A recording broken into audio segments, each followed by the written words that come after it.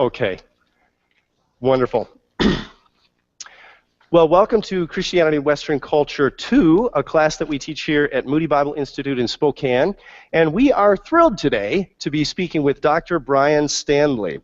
Dr. Brian Stanley read history at Emmanuel College at Cambridge University and stayed on at Cambridge for his PhD, researching missionary enthusiasm in Victorian religion.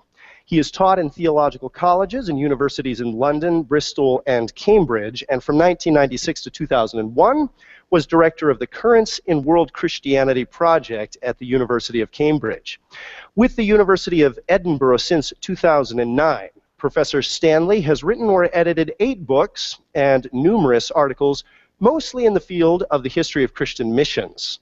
His most recent book is The Global Diffusion of Evangelicalism, The Age of Billy Graham and John Stott, which our class has read as a textbook. Dr. Brian Stanley, thank you so much for being with us today. It's a pleasure, and thank you for reading my book. It was a great experience. Dr. Stanley, you are director of the Center for World Christianity, which we understand that Andrew Walls founded at the University of Edinburgh, where he founded the institution that has become the Center for the Study of World Christianity. And in the last few years, World Christianity has gone from being this narrow field of academic research really to a household term. What is it that you understand when we're speaking about world Christianity? Okay, well, it's a very good question, and it's sometimes put in terms of, well, is world Christianity really such a new phenomenon? And part of my answer as a historian would be to say, well, actually it isn't so new after all. If we go back to the very beginnings of Christianity, we need to remember that the Christian gospel from the beginning spread to the south and the east as much as it did to the north and the west, and we sometimes forget that. So if we go right back to the earliest days of the church, to the Acts of the Apostles, we find that the very first convert outside of Judaism was not in fact Cornelius, the Roman centurion described in chapter 10, but the so-called Ethiopian eunuch in chapter 8, who came from Nubia in what is now the Sudan. And so Luke maybe was telling us right from the beginning that the gospel was going to make its way in all directions to Africa as well as to Europe. So there have been ancient non-Western churches in the Christian tradition from the earliest centuries, the Coptic and Ethiopian churches in Africa, the East Syrian or Nestorian churches, as they're sometimes called, that went all the way to China, the Syrian Orthodox churches of India. They all remind us that Christianity has been a world religion from the very earliest centuries. So part of the answer is to say, well, world Christianity is nothing new. But, and there's always a but, in some senses, what we do see today is quite different. And let me perhaps try and explain how I think it's different. Over the last century or so, we have witnessed a remarkable shift in the balance, the proportions of Christianity in different parts of the globe. For so long, of course, Europe appeared to be the heartland of the Christian tradition, the gold standard against which everything else was measured, the heartland from which missions went. Well, Europe, of course, has seen a major recession in Christian profession and in church attendance, with some significant exceptions, such as Poland. Conversely, parts of the globe that a century ago were to a large extent untouched by Christianity have seen remarkable Christian expansion over the last 100 years or so.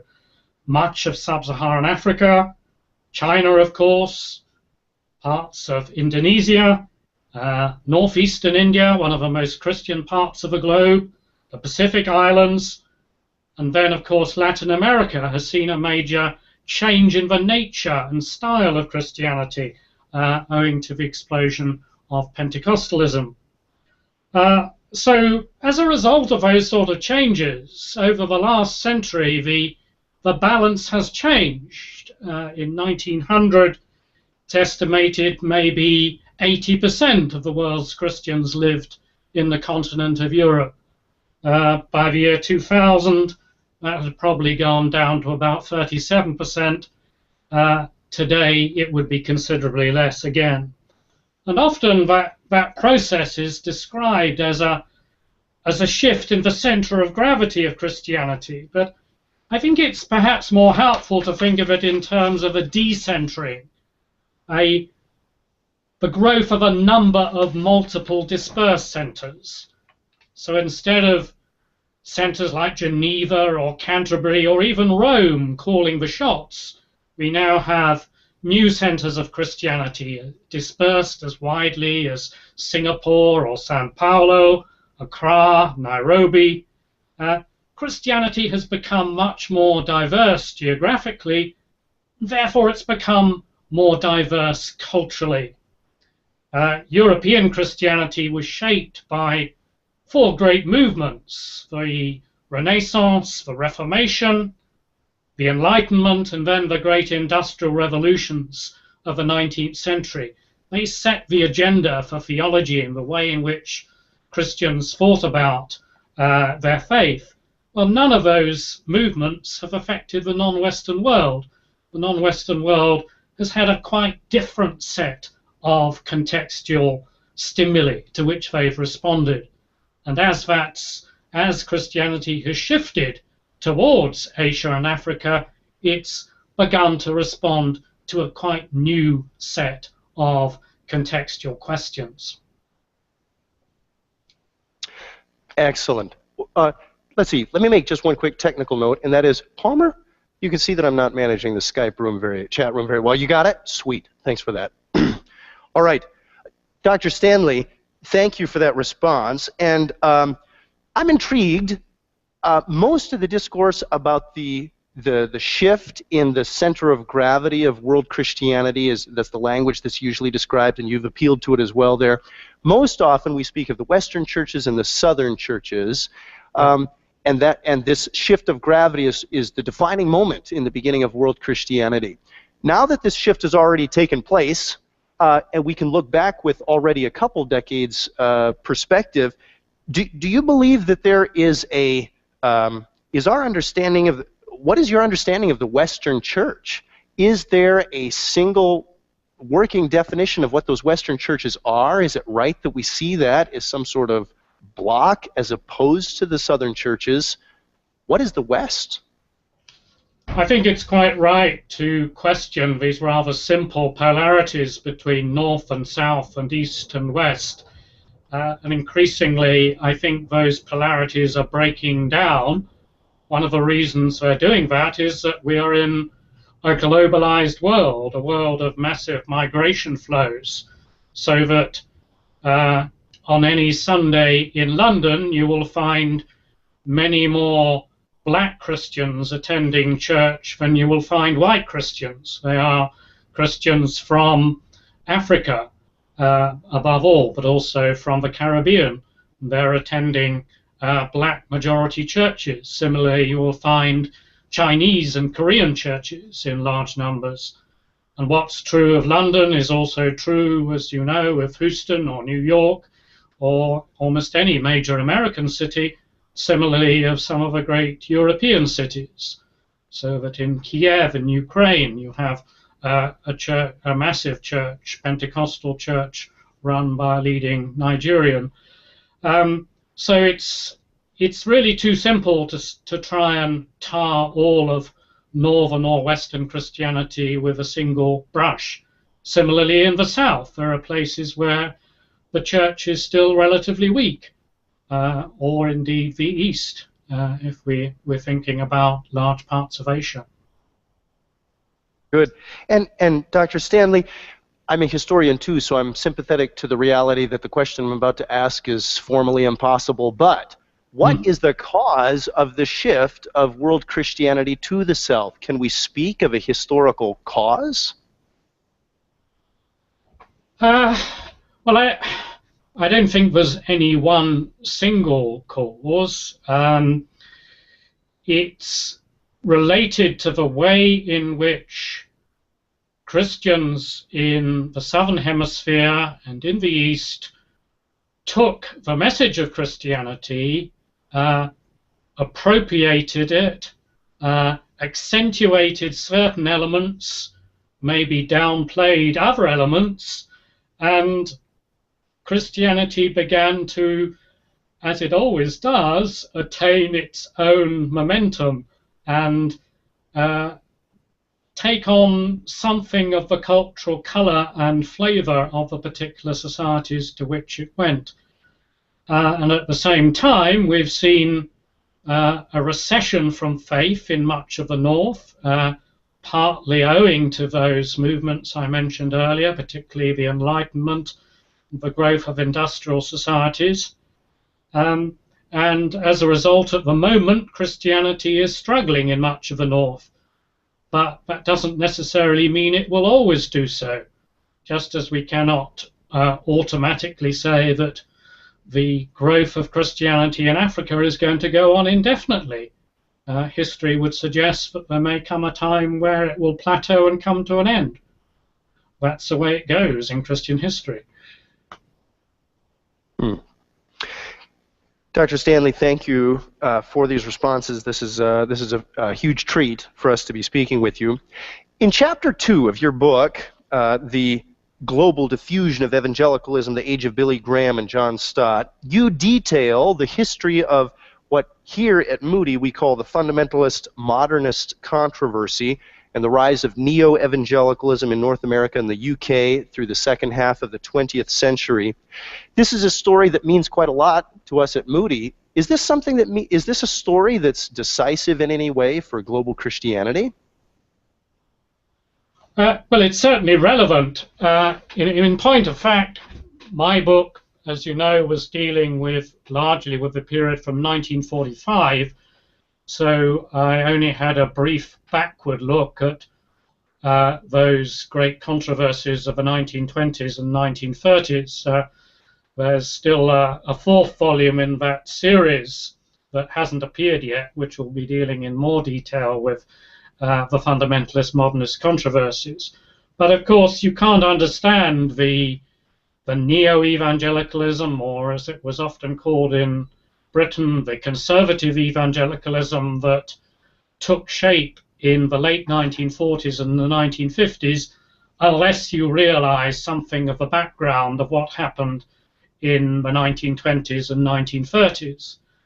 Because those splits within the evangelical fraternity in the 1930s had long-lasting implications. They were basically about a growing apart of those who tended to appeal to the spirit of the teaching of Jesus, but were not very keen on confessional orthodox boundaries and formulae, and those who wanted to defend quite strongly the traditional doctrinal formulations. But it was originally a split within the evangelical camp, with those who were originally called modernist evangelicals or liberal evangelicals, eventually becoming today's liberal Protestants, and those who were more conservative at the time, called fundamentalists very often, but in a way evolving and developing in the post-war period, partly into those we now call conservative evangelicals. And the agenda, I think, of the new evangelicals or neo-evangelicals, the conservative evangelicals in the post-war period, was very much to try and challenge the monopoly of theological scholarship and learning that the liberals had established over theological institutions, theological literature, biblical scholarship, and so on. They wanted to recapture the intellectual high ground for biblically orthodox understanding of the Christian faith. So the question of how has their legacy impacted world Christianity today, I think has to be answered primarily in relation to programs of theological education and leadership training, because many of the institutions that came out of the neo-evangelical or conservative evangelical movement have had continuing and vast significance in programs of global theological education. So if you think of the roles occupied not simply by Moody, but Fuller Theological Seminary, Trinity Deerfield, Wheaton College, Regent College, Vancouver, in the United Kingdom by what used to be London Bible College, now the London Theological Seminary, other evangelical colleges, they have not simply trained people within the US or within Britain, they've had an extraordinary role in training key strategic leaders for the church in the global south.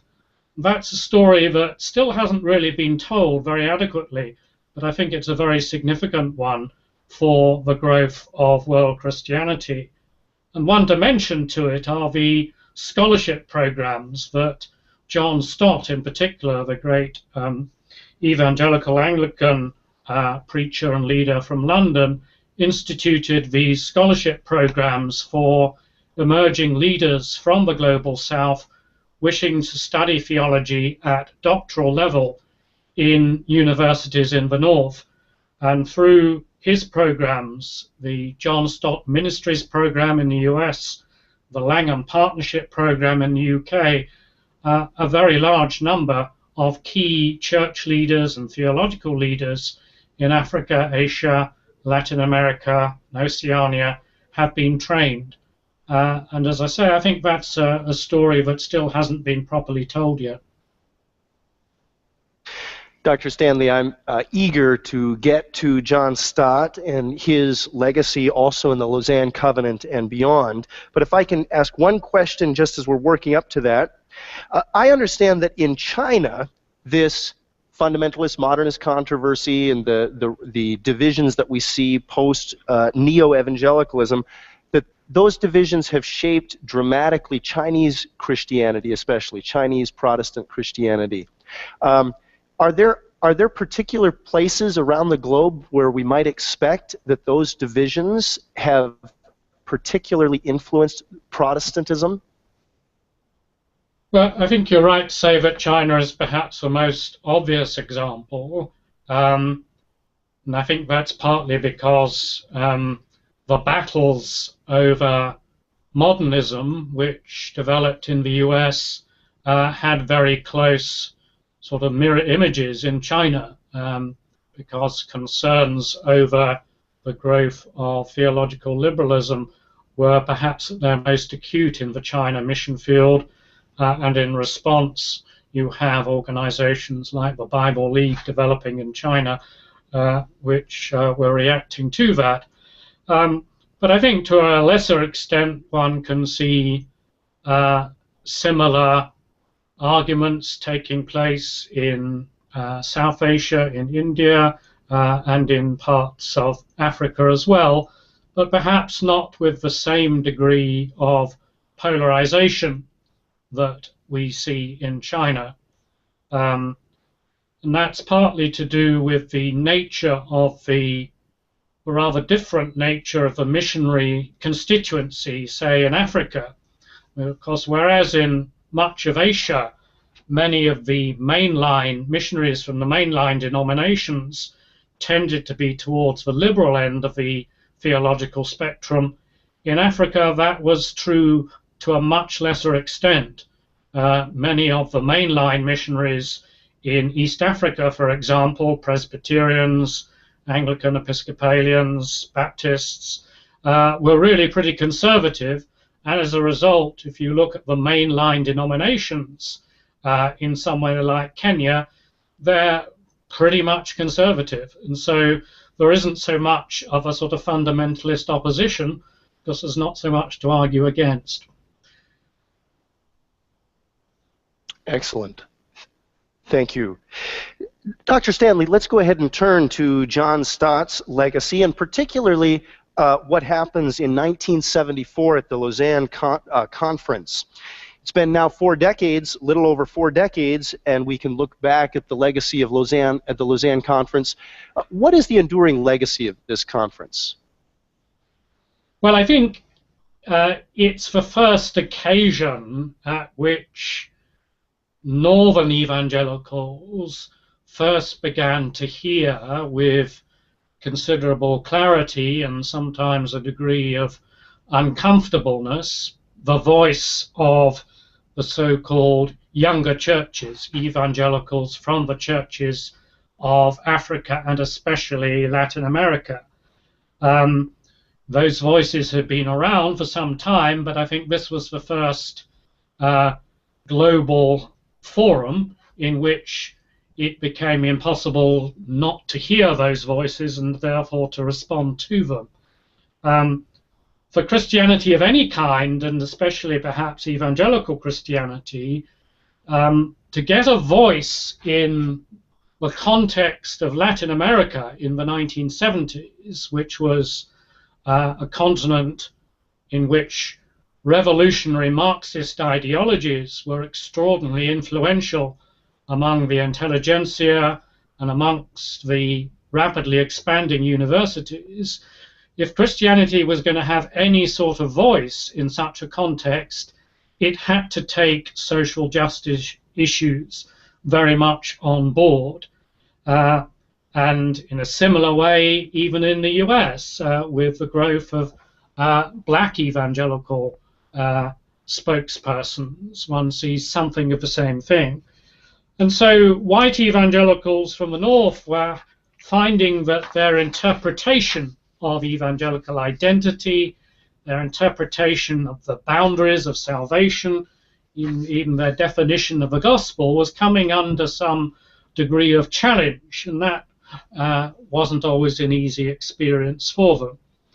I think in the longer term, the legacy has been, well, first of all, an insistence on the need to recover a more holistic understanding of the gospel, a rounded understanding of the gospel in which we take the teaching of Jesus about the values of the kingdom of God very seriously, so that the questions of social justice cannot be separated from the questions of righteousness, of salvation in that more traditional sense. They're not simply seen as some sort of add-on or afterthought to the salvation of the individual.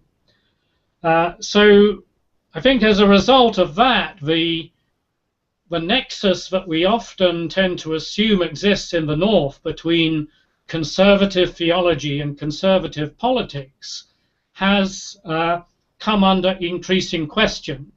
So that if you look at evangelicalism in Africa, for example, you very often see a combination of, yes, very conservative theology, still a very conservative stance on sexual ethics, for example, but also a quite radical stance on questions of social justice, political challenge to rulers. People like the late Bishop David Gatari in Kenya, or in Uganda now, Bishop Zach Nyiringiyyi, another Anglican bishop, have been remarkably forthright and bold in challenging the abuse of power, corruption in high places. So that's one aspect of the legacy. I think another one is the way in which we now realize that we cannot simply think of mission as something that flows in a unidirectional flow from the north to the south. Increasingly, we are aware that mission flows in all directions from continent to continent. And that emphasis first clearly came through, I think, at Lausanne in 1974. And I think another aspect of that too is that we're beginning to emphasize that we cannot simply separate off missions as one hermetically sealed aspect of the work of the church, something that northern Christians do to the south, but to realize that mission is of the very being of the church, and all Christians are called to that universal task of witnessing to the gospel of Jesus in word and deed, and that's something we're called to do wherever God may call us. Excellent. Let me speak quickly to our students. Do we have questions floating around? You know that I'm not monitoring the Skype chat room, but if there are questions floating up, Palmer, go ahead and start sending them up. That would be great. Today, especially because we have no other panel members, we can be quite energetic with our questions. So just let those questions fly and come on right up here. Dr. Stanley, if I can ask a question here, did you know John Stott? I was at Wycliffe Hall at the University of Oxford in 2007 and 8, and it was one of my goals to get to meet John Stott. He was too frail to receive a visitor at that time, but I've been intrigued by his legacy. Did you know John Stott personally? Yes, I mean, not terribly well, but I was responsible for organizing a university mission which he led when I was a graduate student in Cambridge back in the 1970s. So that's when I first got to know him and to respect him. And then I sit on the scholarship committee of the Langham Partnership, which I mentioned earlier. And occasionally, towards the end of his life, he did come along to meetings of the scholarship committee. So yes, I did know him, not as well as many others, but I did know him and have continuing affection for his memory. And I was recently working through Roger Steer's biography of John Stott. And intrigued with the question, John Stott seems always to have this outward-looking focus. He was the perfect person to engage world Christianity and help the rest of the evangelical movement understand what was happening, because he always had this sort of diplomatic tendency, this outward look, and he was always interested in foreign languages from his youth and so on. Do you have any insight into his personality? Where did that come from? Yeah, it's a good question. I think much of it came through his commitment to ministry with students. His own spirituality was very much formed by his experience as a student at Cambridge, which had a very large and thriving Christian Union movement, InterVarsity movement. And from that, he took a leading role in the global InterVarsity movement, which, as you know, expanded enormously in the post-war years. And I think it was through participation with student leaders from the global south that he became alerted to the degree of plurality that there was, as well as unity within global evangelicalism. So I think he went through a process of learning, and I think Lausanne 1974 was a process of learning for him, as it was for Billy Graham and others. Excellent. Dr. Stanley, we have Joel up with us, who has worked through your book, and he has a question for you. Okay, Joel? Yes, sir. Thank you for writing this wonderful book. I just wanted to ask you a question specifically regarding charismatic and Pentecostal movements. You referenced Arthur Wallace as saying that the mark of a revival is the renewal of supernatural gifts of the apostolic age. And so I was wondering, while those movements brought about a revival and growth, they also appear to have brought division within evangelicalism. And so I was wondering, what are some of the long-reaching effects on evangelicalism by movements such as these?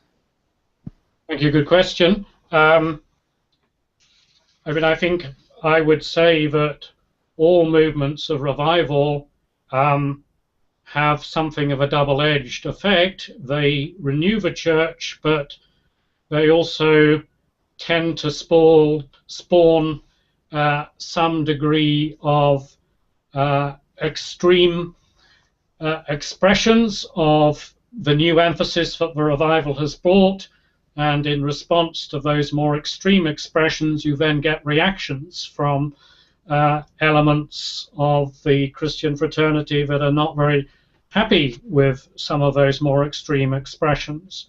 So, if you look back at the 18th century revival movements, it's not all a plus. You have arguments and divisions occurring as a result of those movements of renewal. I think in the longer term, what the charismatic renewal movements have done, I think, is to, first of all, remind us of perhaps the lost third person of the Trinity, that there wasn't a sufficient emphasis on the Holy Spirit in much of evangelicalism in the earlier part of the 20th century. They've also made us rather less frightened of experience and of the open expression of emotion and experience in Christian worship. We are created to be people of emotion and experience. We're created with bodies, and therefore it's entirely appropriate that that should be expressed in Christian worship. And one of the things that charismatic renewal movements have done is to give people greater freedom to do that. I think other aspects of the movement probably have rather faded in importance as time goes on. There was a lot of argument about tongue speaking in the earlier phases of charismatic renewal. I think those features are much less debated today. Well, very good. And if I can ask a follow-up question on that, Dr. Stanley, I'm so sorry. We've noticed in this class that every wave of revival has had its detractors and has brought about its share of controversy. We can look at the first Great Awakening with Jonathan Edwards and George Whitefield and note this new lights, old lights controversy that was in the thick of that.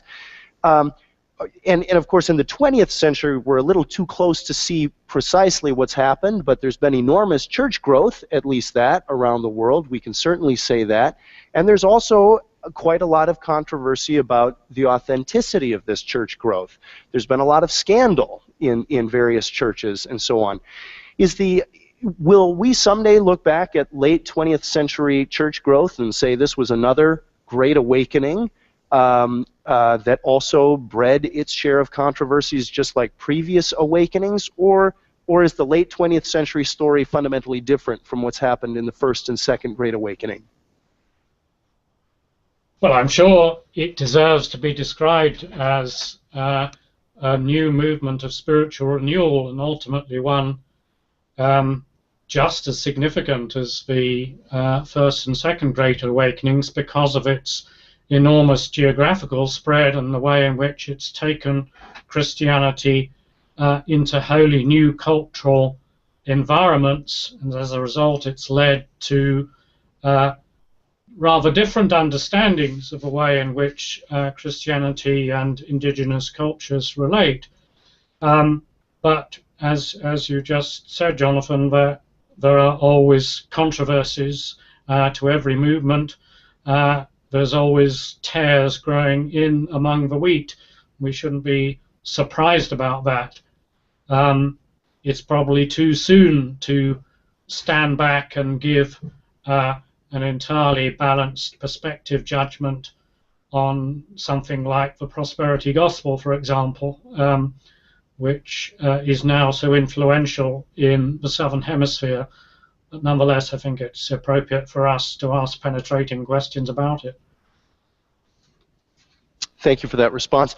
We have Carolyn with us, who has a question for you as well. My question is, what is the next big social issue you see after homosexuality, which you talked about in your book? Thank you. The next one after homosexuality. Wow. I really don't know what the next one will be after that. I think that's going to be preoccupying us for most of the 21st century. Who knows? Most of what one notices when you look back at the predictions made, say, at the World Missionary Conference in 1910 about what the big issues were going to be and what the big trends were going to be over the next century, many of those predictions have proved out to be spectacularly wrong. And I think that should make us quite cautious about trying to look into our crystal ball and predict what the big issue is going to be 30, 40, 50 years down the track.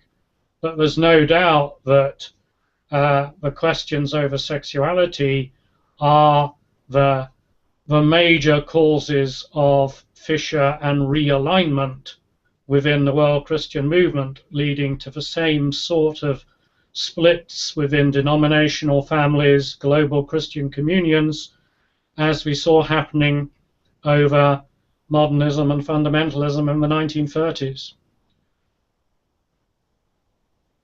Good. Thank you. If I could encourage you students to keep filing those questions in, I'd love to get you to join me up here.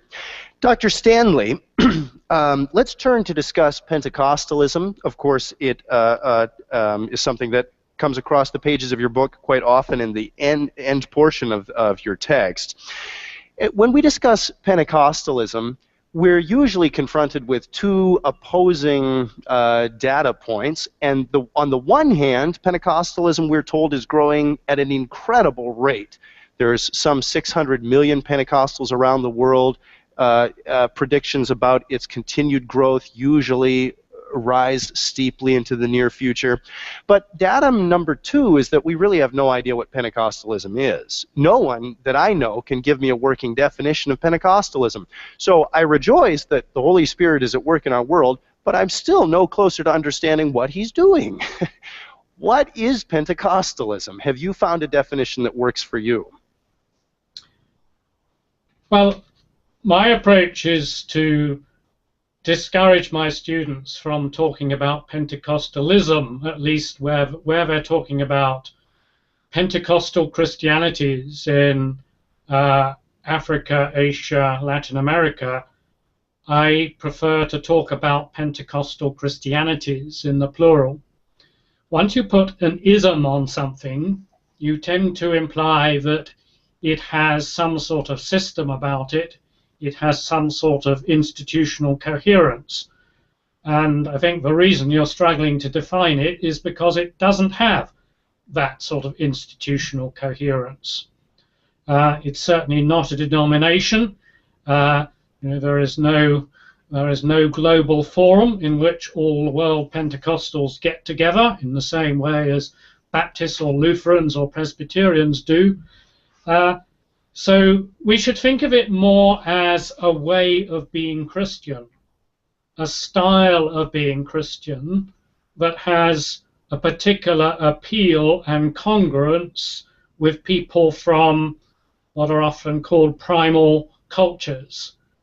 And so certain common features occur wherever you look, but there is also enormous variety within the movement, and certainly no sort of single tight-knit structure that enables you to come up with a watertight definition. So maybe we should give up trying to define it and just think of it as a particular style of following Jesus. May I ask a follow-up on that? That's extremely helpful. And as I've talked to different scholars who study Pentecostalism, I've been advised that Pentecostalism cannot be defined dogmatically. Its characteristic features are not theological in the traditional Western way of speaking of theology. It's rather, I've been advised, perhaps a spirituality, or in your own words, it's a way of being Christian, a style of being Christian. Yeah. I'm sure that in the future we'll have the definition of Pentecostalism. That's just the way people process ideas. We'll come up with a definition, but it may require different categories. It may not be our definition of Pentecostalism in the future, I'm assuming, may not be predicated on our understandings of the way church has been organized, the way these communicative bodies within Christianity have created communion, whether they be university structures or publishing houses or mission boards. Those things aren't what's defining Pentecostalism. It's organized by a different set of criteria. Can you speak to what are the organizing features of Pentecostalism today? Probably the most important one is to insist that the world of invisible spiritual realities is real, is pressing, is immediate, and therefore calls for the power of Christ and the power of the Spirit to be quite distinctly appropriated in response. So the questions of spiritual power, spiritual warfare are absolutely at the core of the movement. And it's because most people in more traditional societies have a very strong sense of the spirit world and of the need to find sources of protection against forces that are either evil in themselves or have turned against us for one reason or another. It's because they have a sense of the need for urgent and immediate protection that this understanding of Christianity has proved so attractive. Thank you. We have a question from Jessica. Hi, Jessica. Sorry, it's just on. Try again. First, I want to thank you for your time today. Fairly early on, you mentioned cultural contexts in which the gospel is received and Christianity settles in. Are there specific values and worldviews that foster these contexts, which ultimately allow Christianity to thrive, become corrupt, or experience reform in different parts of the world? And then there's a couple other parts of this question. Could there be values that could be contrasted according to the Eastern and Western Church? And finally, what values do you see today that are influential, and how do they impact the Church, possibly in ways we don't normally consider? Wow, there's quite a few questions there. I'm not sure I quite grasped you. You're asking about what values in indigenous societies Christianity is responding to, or can you just clarify for me a bit? What values are underneath the cultural contexts in which the Christianity is received? Yeah. Well,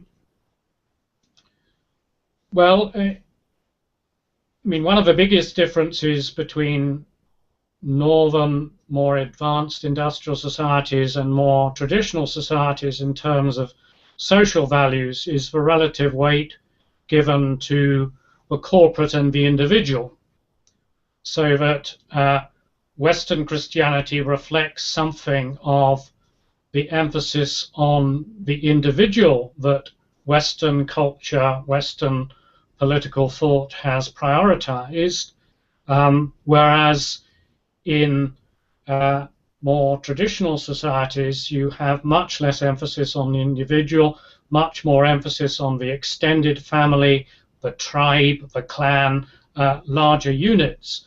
And so the Christianity that's emerged in the last century in Africa and Asia, Latin America, does tend to have a stronger emphasis on the corporate, and that affects all sorts of things, not least the understanding of religious conversion.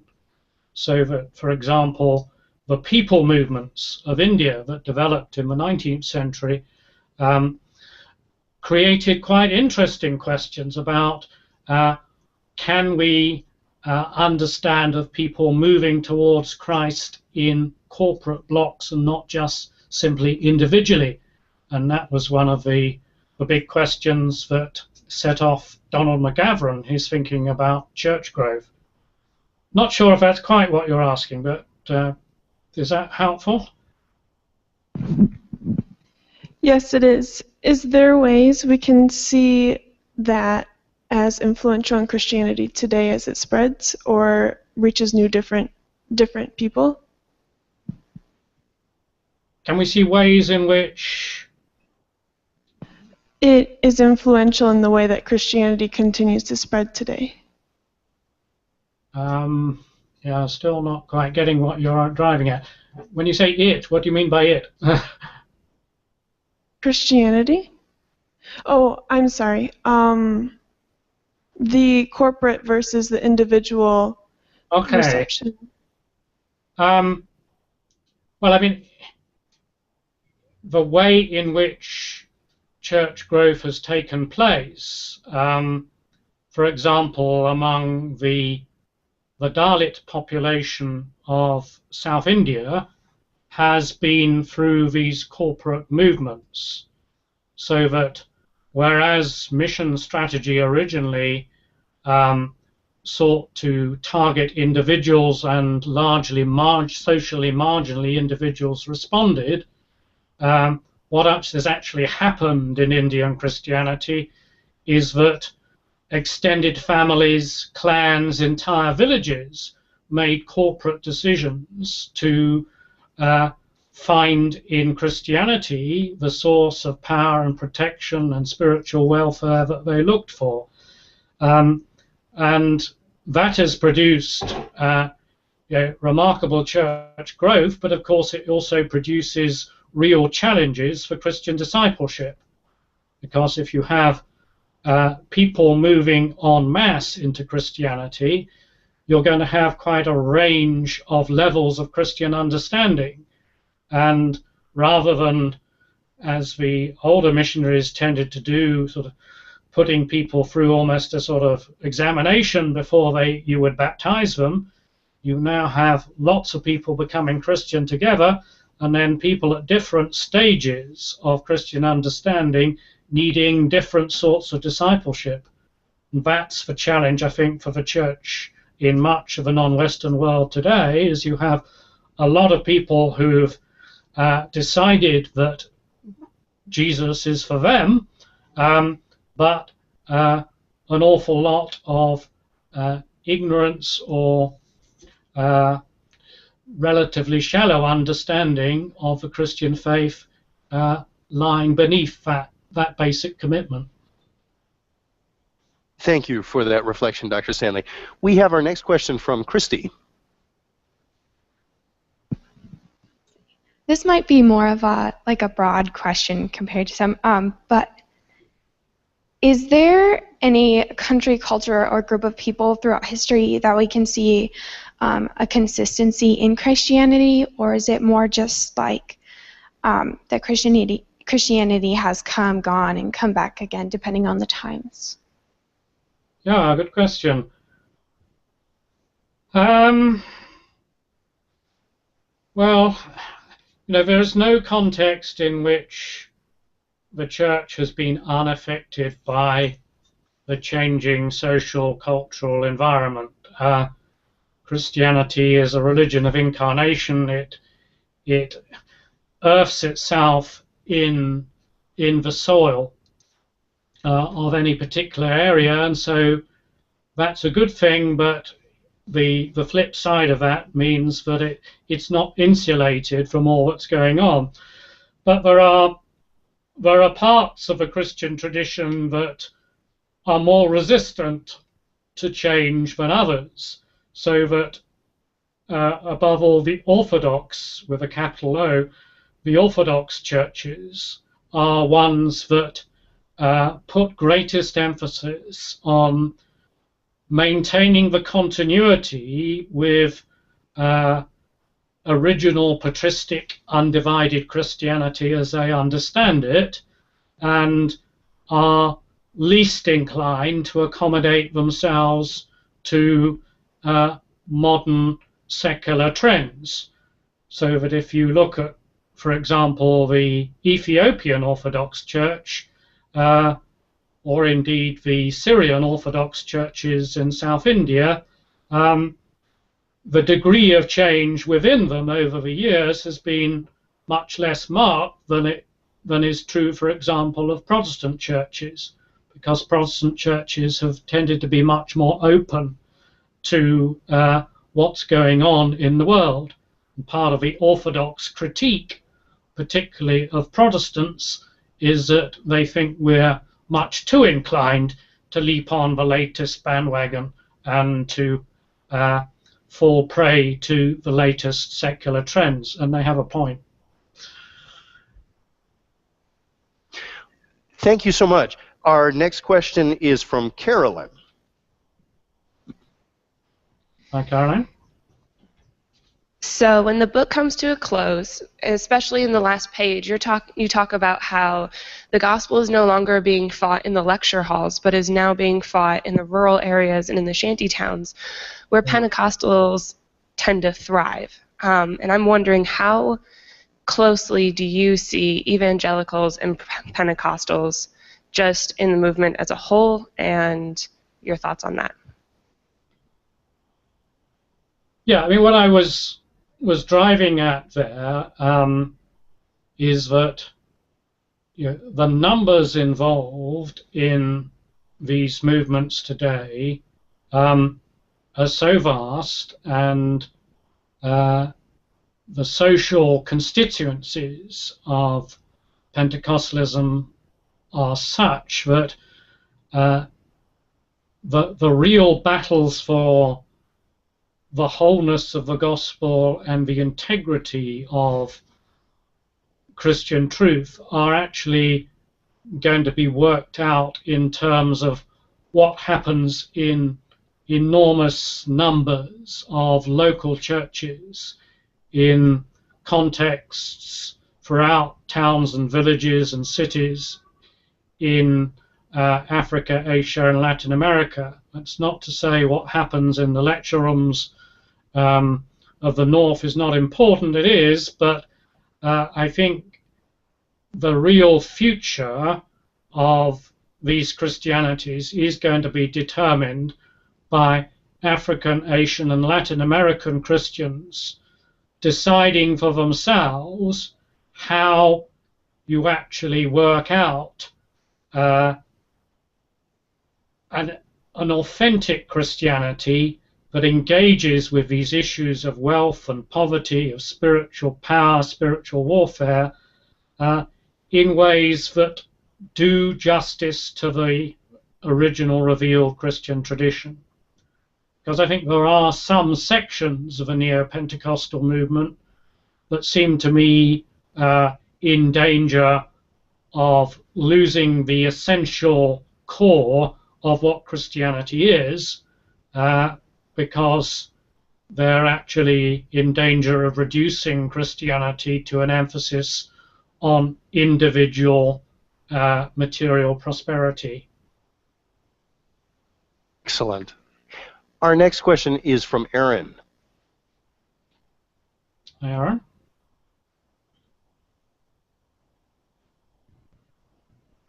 Thank you for your book. I have a short question.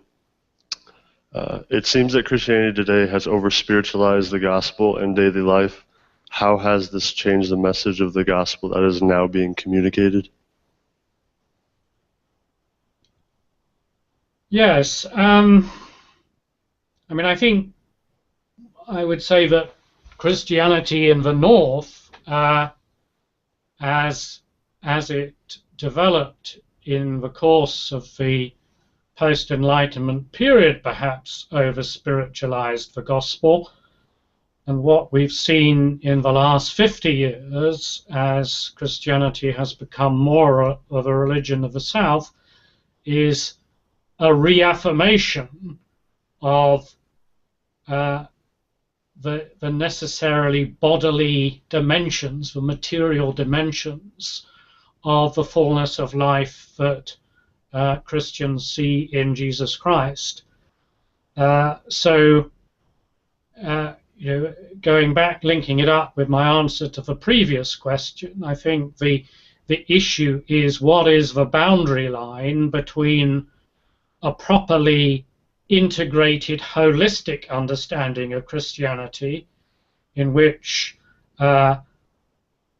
salvation of the soul and salvation of the body, if you like, are brought together in one integrated package? What's the relationship between that and a form of Christianity in which the balance is tipped so far towards the material that the elements of the future dimensions of Christianity are actually downplayed.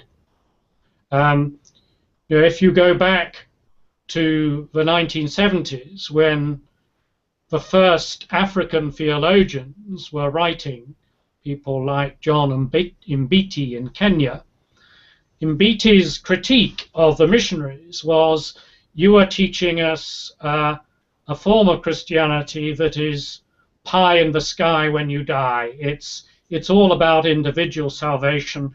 It has no relationship to, or insufficient relationship to, the issues we face from day to day, where our next meal is going to come from, how we're going to deal with sickness and poverty and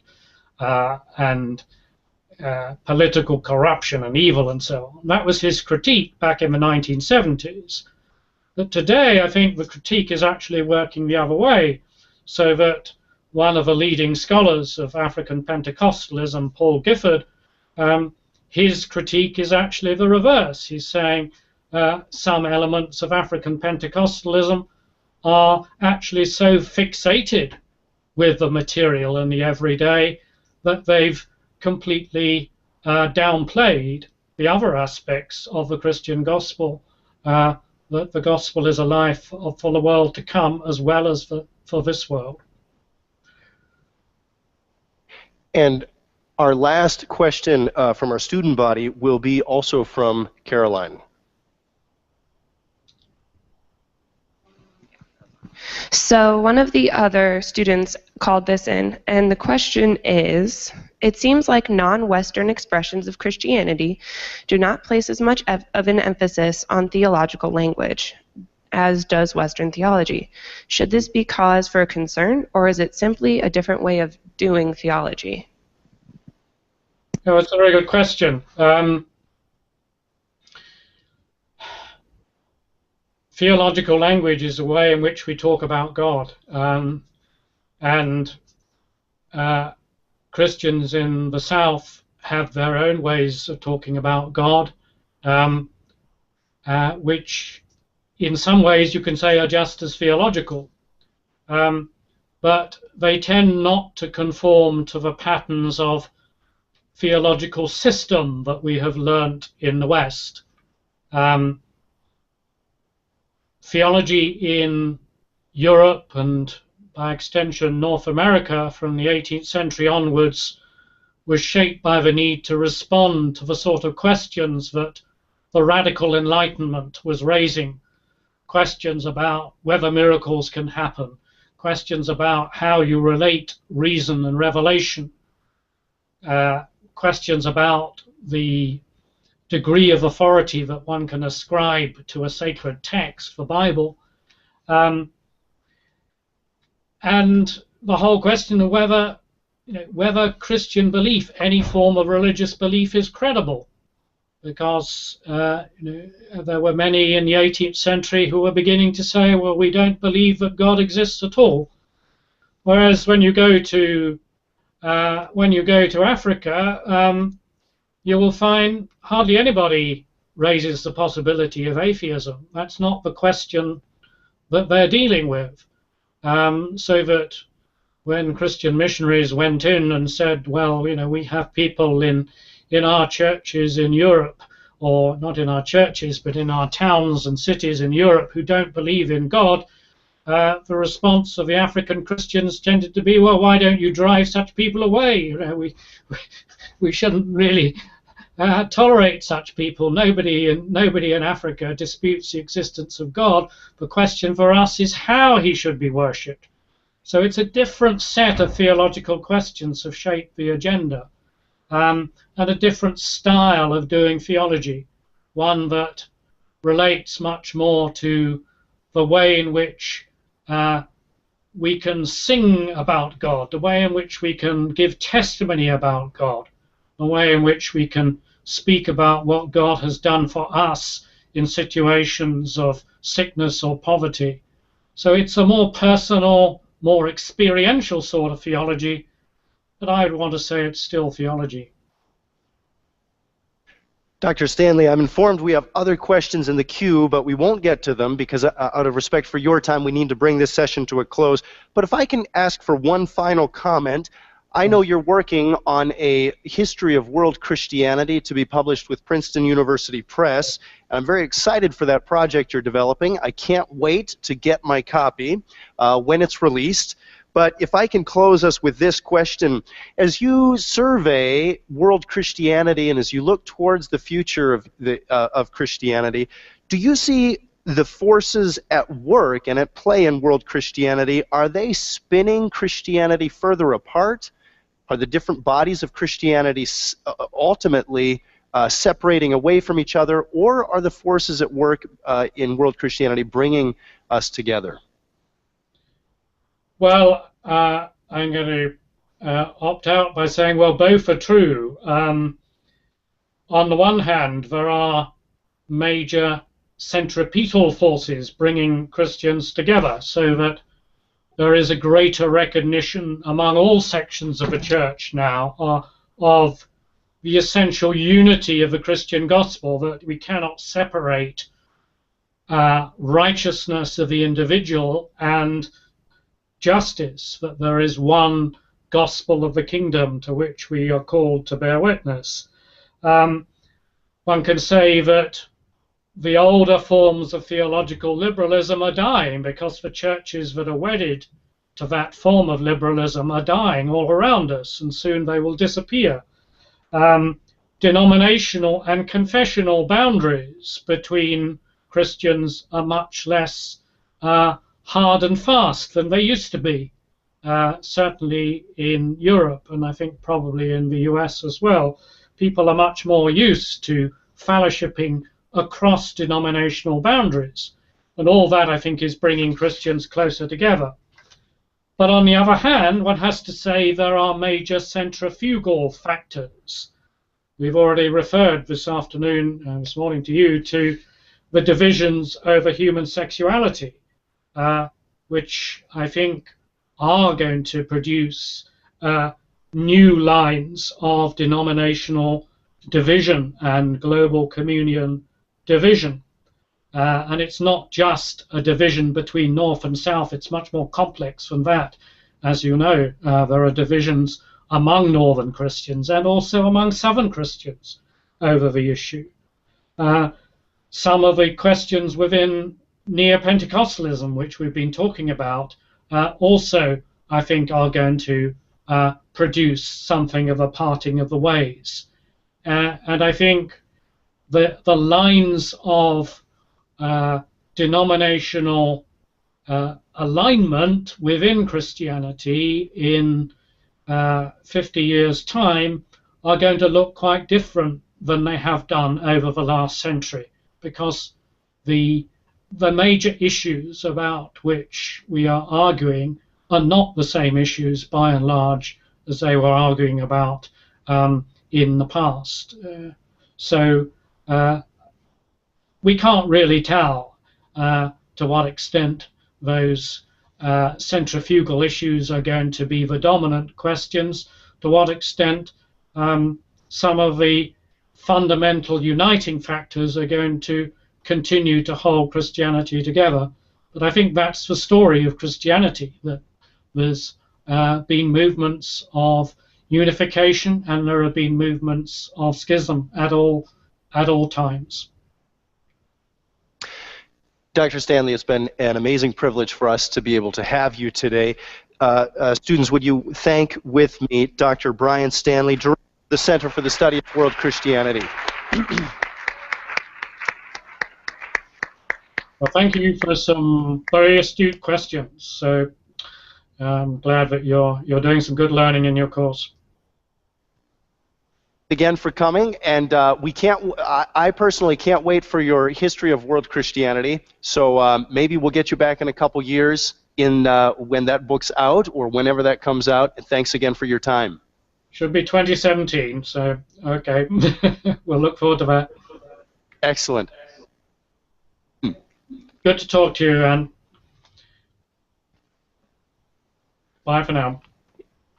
Well, scholars, that was a tremendous session. Thanks so much to those of you who submitted great questions and were willing to ask those. What a great way to end our last teleconference of the year. I thought that was just wonderful. Let's go ahead and take a full 15-minute break, come back at 15:15, and we'll get to work on the history of missions after that. Thanks.